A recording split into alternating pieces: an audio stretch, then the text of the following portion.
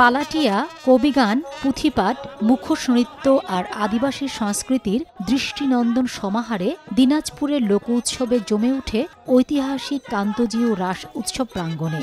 শীত উপেক্ষা করে দর্শকদের ঢল নামে পুরো এলাকায়।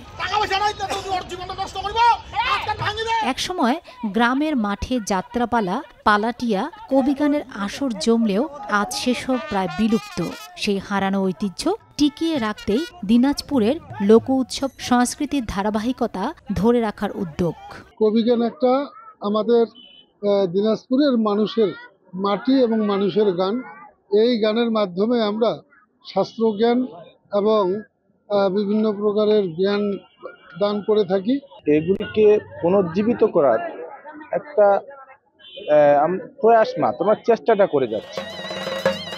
লোক সংস্কৃতি দিনাজপুর অঞ্চলের ধর্মীয় ও সাংস্কৃতিক বিকাশের গুরুত্বপূর্ণ বাহন। এই যে আজকে পালাটিয়া, কবি গান, এগুলো হচ্ছে একটা সহজাত ব্যাপার, এবং বাউল মার্গের যে গানগুলো লালন গেয়ে গেছে সেটা তো একদম জনমানুষের সাথে মিশেই ছিল।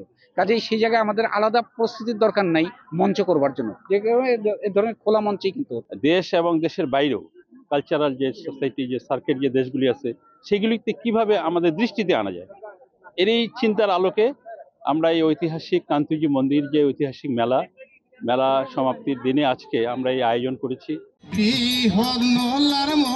সার্ক কালচারাল সোসাইটির নেতাদের দাবি, লোক সংস্কৃতির ঐতিহ্য রক্ষা না হলে হারিয়ে যাবে সমাজের আত্মপরিচয়ও।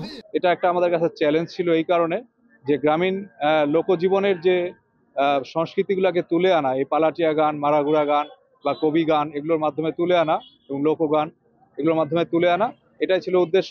সুবর্ণের হার ফুল সুন্দরীর গলে।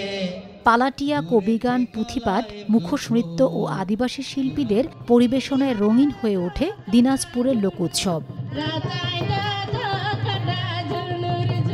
বহু বর্ণের এই আয়োজন যেন ফিরিয়ে দেয় হারিয়ে যাওয়া বাংলার চিরায়ত রূপ।